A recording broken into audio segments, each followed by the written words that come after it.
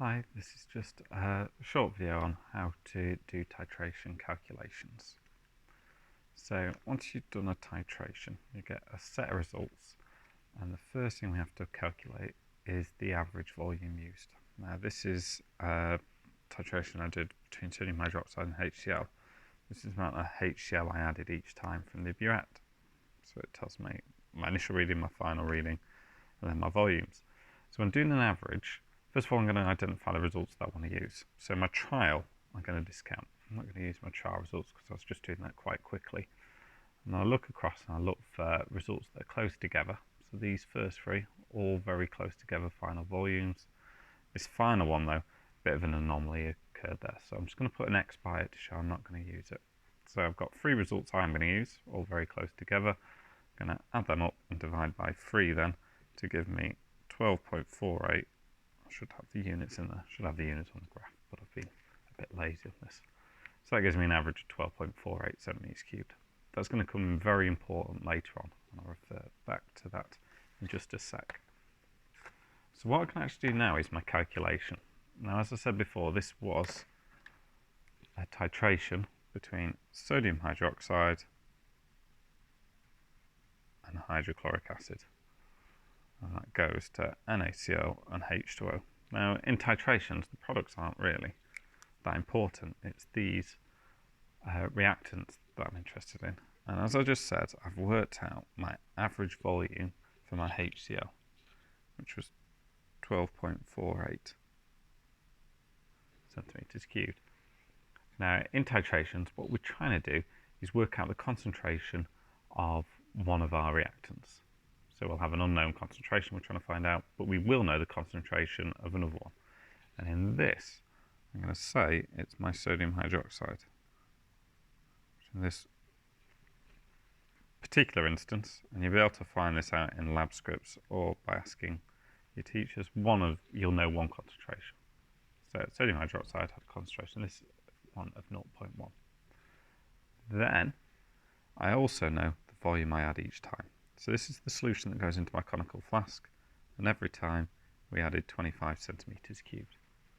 And that is now enough information for me to work out the concentration of the HCl in 3 steps. I first of all can work out in number 1 the number of moles of sodium hydroxide.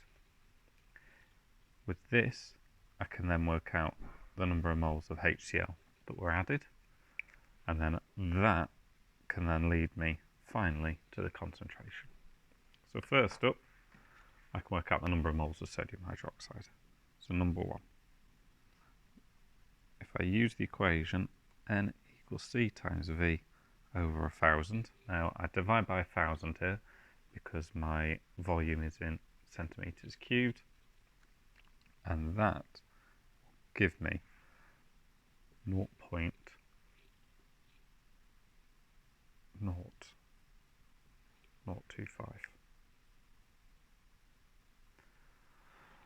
Doing this without a calculator, 2.5 times 1,000, 1, 2, 3, yeah, 0.0025 moles.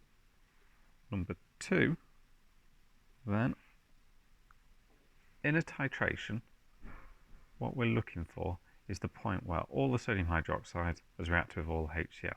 Now, I'm going to stoichiometry if you have a look at the balancing equations video.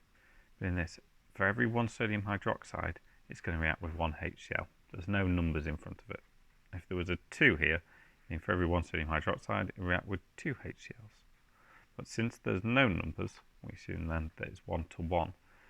The number of moles of sodium hydroxide is equal to the number of moles of HCl.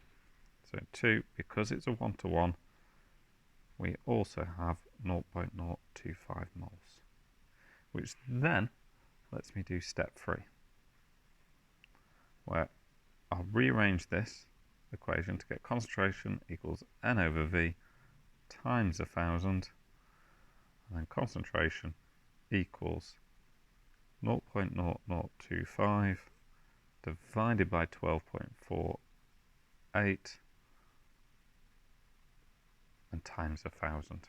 Again, times 1,000 on this because my volume's in centimetres cubed and I want to transfer it across, and that will give me a concentration of about 0.2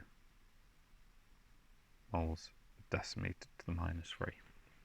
So this is how titrations can be used to work out that concentration of the unknown.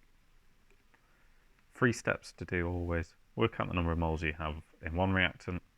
That can then be used to tell the number of moles in the second reactant. If it's a 1-to-1, then it's the same. If it's a 1-to-2, you double it. Then once you know the number of moles, you can use this equation, C equals N over V, to then work out the concentration you have here.